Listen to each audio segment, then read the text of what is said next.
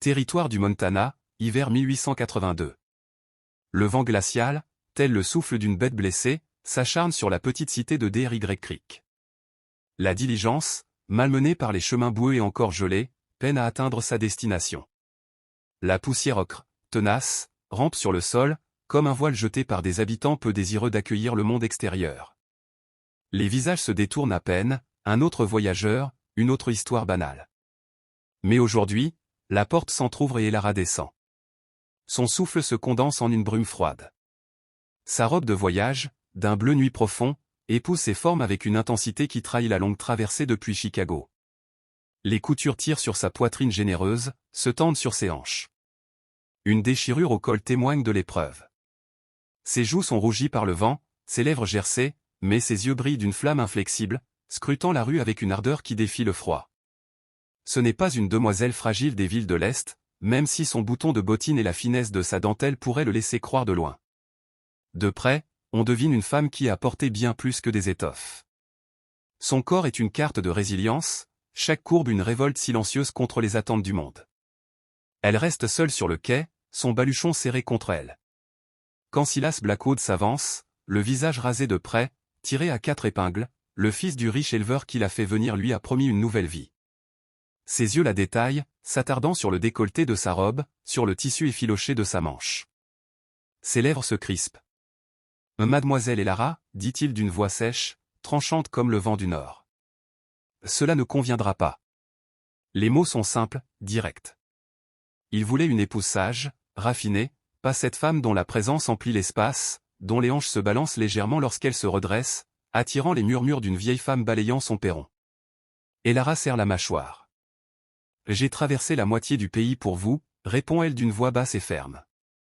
Silas, visiblement gêné, s'éloigne, l'ombre de son père et la puissance de son ranch pesant sur ses épaules. La voilà abandonnée, le cœur battant sous le corsage trop serré, les regards du village rampant sur sa peau. Elle s'assied, mains croisées, menton haut, refusant de céder. De l'autre côté de la rue, Kailan observe. Ses larges épaules tendent un manteau de poussière. Sa démarche trahit une ancienne blessure de guerre. Un homme qui a trop perdu pour se soucier des commérages. Mais quelque chose en elle, sa défiance, sa dignité silencieuse, l'ébranle. Il s'avance, ses bottes lourdes martelant la terre, et lui offre une échappée. Quel homme recueille une femme rejetée par le monde? Et à quel prix s'épanouira ce choix? Le chariot de Kailan grince sur la piste gelée, les mules soufflant des nuages de vapeur dans la lumière déclinante. Elara est assise à ses côtés, son sac coincé entre ses bottes, le manteau qu'il lui a prêté l'enveloppant entièrement. Il sent le cuir patiner, une trace de lui. Elle le serre contre elle. Ses courbes s'estompent sous l'étoffe, mais le vent mord toujours. Il ne parle pas. Le silence n'est pas pesant, seulement présent, comme la neige qui poudre les branches. Elara jette un coup d'œil à Kailan. Ses larges mains maintiennent les rênes avec assurance. Ses yeux gris fixés sur l'horizon. Sa barbe est épaisse, son chapeau baissé, mais elle remarque la façon dont il se déplace, ménageant sa jambe blessée. Un homme habitué à la douleur, pense-t-elle, et se demande quel autre fardeau il porte. Au crépuscule, la cabane apparaît, basse et solide, au bord d'une clairière. Une fine fumée monte de la cheminée. Ce n'est pas grand-chose, un toit rapiécé, une petite étable, un tas de bois sous une bâche. Mais cela semble un monde à l'écart des jugements de Dairy Creek. Kailan l'aide à descendre, sa poigne ferme, calleuse mais brève. À l'intérieur, l'air est tiède, le feu rougeoie doucement. Dans un coin, un lit étroit, une couverture de laine pliée avec soin, un fusil appuyé contre la porte. Tout est sobre, habité, mais sans ostentation. Elara accroche le manteau, sa robe déchirée captant la lumière du feu. L'encolure glisse, dévoilant un éclat de clavicule. Elle la remonte, les joues en feu, mais il ne la regarde pas. Déjà, il sort une marmite du foyer. « Vous pouvez m'aider » dit-il d'une voix grave, comme rouillée par le silence. Elle hoche la tête et se place à ses côtés, son épaule frôlant la sienne pour attraper un couteau. Il cuisine en silence, haricots, pommes de terre, un ragoût simple. Ses mains encore habituées aux étoffes de la ville s'en mêlent d'abord, mais elle apprend vite. Quand elle se coupe le pouce, il lui tend un chiffon sans un mot. Il mange en silence, le bruit des couverts raclant doucement. Elle reste droite, refusant de paraître petite. Il lui offre le lit. Elle insiste pour dormir près du feu. Il ne discute pas et s'installe sur la chaise. La jambe étendue, le feu crépite, le vent hurle au dehors. « Vous vivez seul ici ?» demande-t-elle enfin. « Oui. Pourquoi m'avoir amené ? Vous aviez besoin d'un endroit. » Son nom à elle vient plus tard. Le sien aussi. Et Lara. Caëlan, c'est suffisant pour l'instant. L'aube se lève, grise et glaciale. Et Lara se réveille au parfum du café et des flocons d'avoine. Caëlan est déjà dehors. Elle enfile son pantalon de toile et sa chemise de flanelle. Trop grand, il la couvre à peine, le tissu effleurant sa peau lorsqu'elle sort dans la neige. Le froid lui coupe le souffle, mais elle le suit jusqu'à l'étable. « L'étable » dit-il en lui tendant une fourche. Elle acquiesce, les mains déjà couvertes d'ampoules, mais son rythme reste constant. Il travaille toute la journée, foin, clôture, sac de grains. Caëlan ne la félicite pas, ne la corrige pas non plus. Elle tient les portails, passe les clous. À midi, il s'assoit devant l'étable, partageant de la viande séchée dans un linge. Ses cheveux se sont défaits, quelques mèches collant à sa nuque moite. La flanelle épouse doucement ses formes quand elle se penche pour prendre de l'eau. Le regard de Caëlan s'y attarde une seconde, puis s'éloigne. Elle le remarque mais ne dit rien. Le silence a changé. Il n'est plus vide. Les jours s'étirent ainsi, travail, repas, lueur du feu. Les mains d'Elara s'endurcissent. Ses gestes gagnent en assurance. Elle ne tressaille plus au cri des coyotes. La jambe de Caëlan souffre dans le froid, mais il ne se plaint jamais. Elle l'observe, apprend le poids de ses pertes, un frère emporté par la fièvre, une épouse morte en couche, une jambe laissée à la guerre. Ils n'en parlent pas, mais la cabane garde leurs fantômes, un second lit plié, une balustrade usée sur le porche. Et Lara ne questionne pas et ne raconte pas. Leurs coudes se frôlent, et aucun ne s'écarte. Elle le surprend une fois.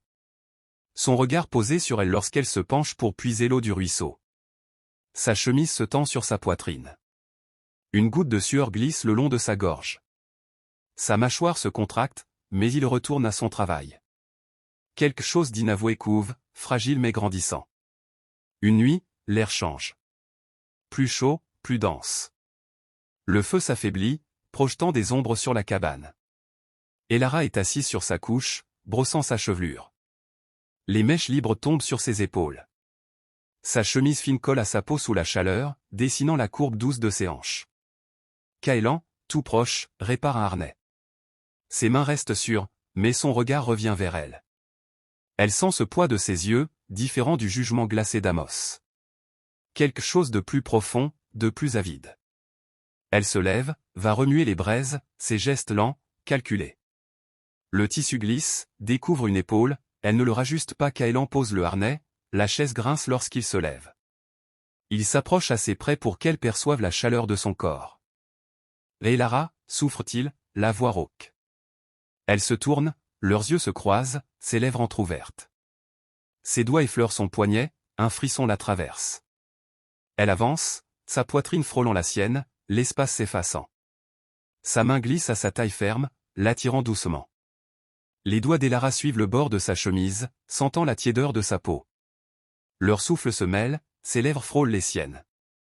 Sous ses doigts, un objet froid, un médaillon dissimulé contre son torse. Il s'ouvre, révélant une photo ternie d'une femme au visage doux, presque spectral. Caëlan se fige. Le souffle coupé, les yeux assombris par une douleur plus ancienne qu'elle. Et Lara se recule. Le médaillon pendant entre eux, l'instant brisé par ce fantôme du passé.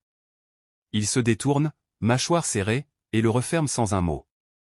Le cœur d'Elara s'emballe, son corps encore vibrant d'un désir inassouvi, mais le poids de son silence l'écrase. Elle s'allonge, fixant le plafond tandis que la lueur du feu décline. Qui était cette femme? Quelle emprise garde-t-elle encore sur l'homme qui l'a sauvée? Les matins glacés passent. Et Lara n'interroge pas. Caëlan ne parle pas. La cabane retrouve son rythme, travail, feu, silence. Mais quelque chose a changé. Ses gestes sont précis, ses mains endurcies. La flanelle empruntée flotte mais s'accroche à ses courbes lorsqu'elle se penche. Les yeux de Caëlan la suivent désormais, moins prompts à se détourner. Elle le sent, cette marée qui l'attire, mais l'ombre du médaillon la retient. Les échos d'Amos, le mépris de son beau-père, murmurent qu'elle n'est jamais assez. Pourtant, le respect tranquille de Kaelan, son absence d'exigence, anéantissent peu à peu ce doute. Un après-midi, sous un ciel chargé de neige, il redresse un poteau de clôture. Elara maintient la poutre, son souffle blanchissant l'air, les joues rouges. Sa chemise glisse, dévoilant la courbe de sa nuque, une goutte de sueur malgré le froid. Le marteau de Kaelan s'arrête, son regard sur la ligne de sa peau avant qu'il ne se reprenne. « Vous êtes forte, dit-il. »« Bah. »« Il le fallait, répond elle. Ils hochent la tête et ils reprennent leur travail, mais l'air vibre de ce qui n'est pas dit. Au souper, leurs genoux se frôlent sous la table. Aucun ne s'écarte. Le cœur d'Elara palpite, non de crainte, mais d'un mélange nouveau, désir et confiance. Cette nuit-là, des sabots rompent le silence. Kaelan saisit son fusil, sort. Elara le suit, le cœur précipité. Les coups de feu retentissent. L'adjoint du shérif, l'insigne brillant sous la lune. À Alan, cette fille crée des histoires.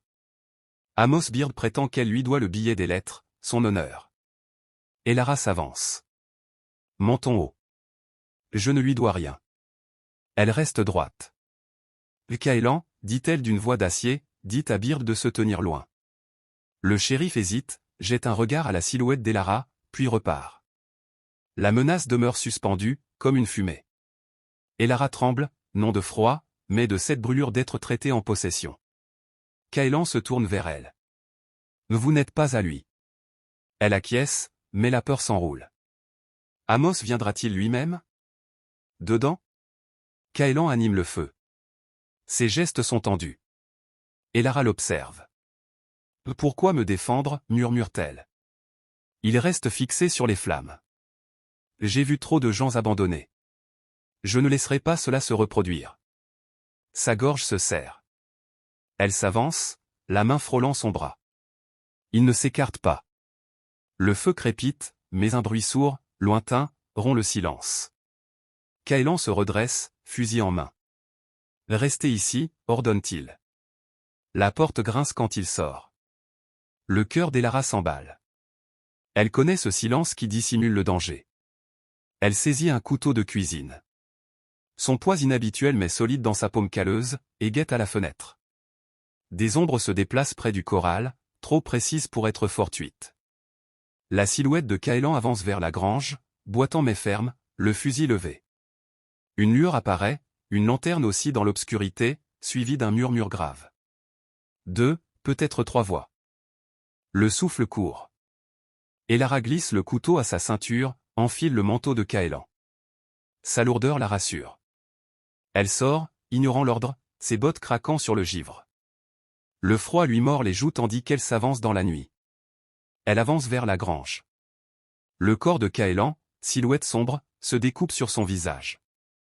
Beard, ta place n'est pas ici, lance Kaelan dans la nuit. La voix tranchante. Amos Beard surgit dans le halo de la lanterne. Son manteau de ville est ridicule parmi ces bois sauvages.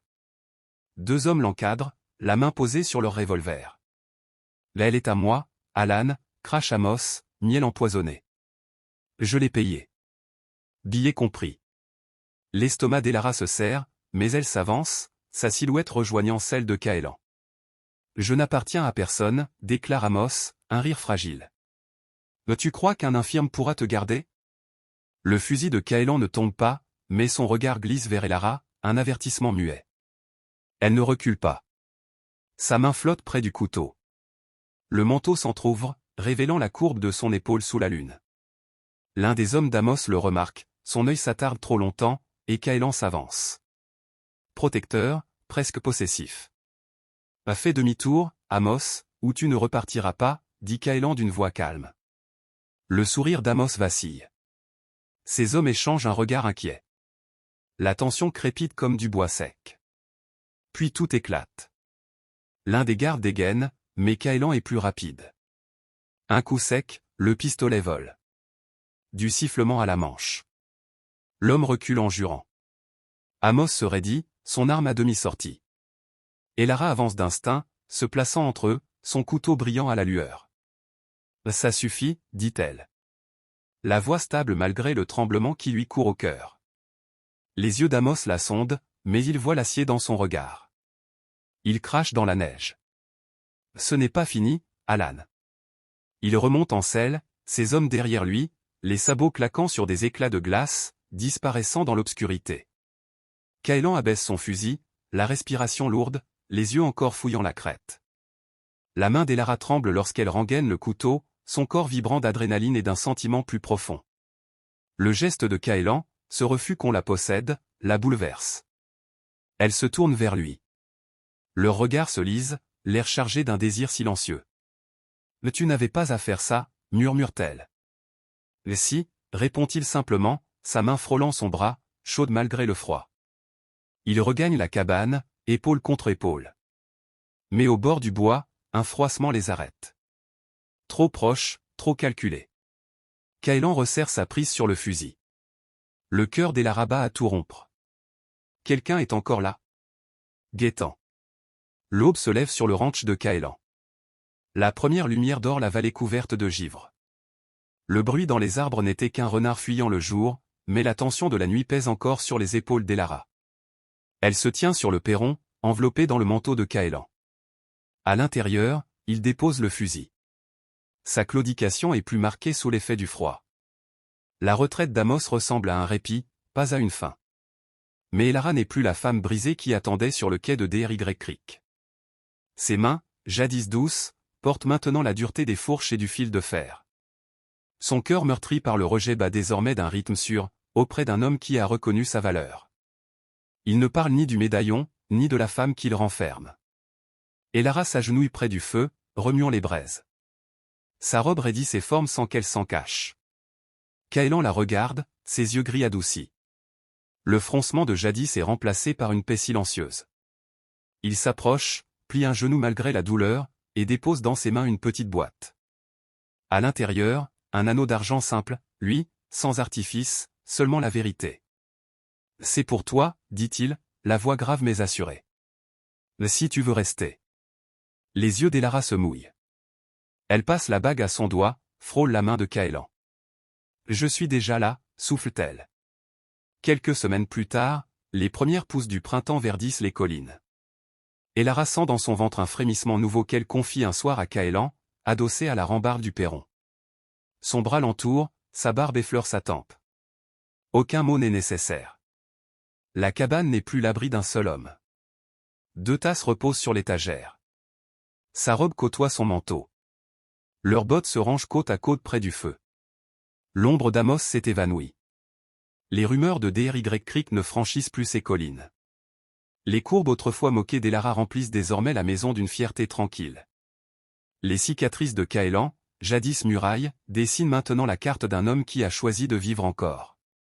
Quand le soleil descend, peignant le ciel d'ambre, il reste debout, mains enlacées, l'anneau captant la dernière lumière. Cette vallée rude et impitoyable est devenue leur rédemption, un lieu où la valeur ne se mesure plus dans le regard des autres, mais dans les vœux silencieux qu'ils tiennent ensemble.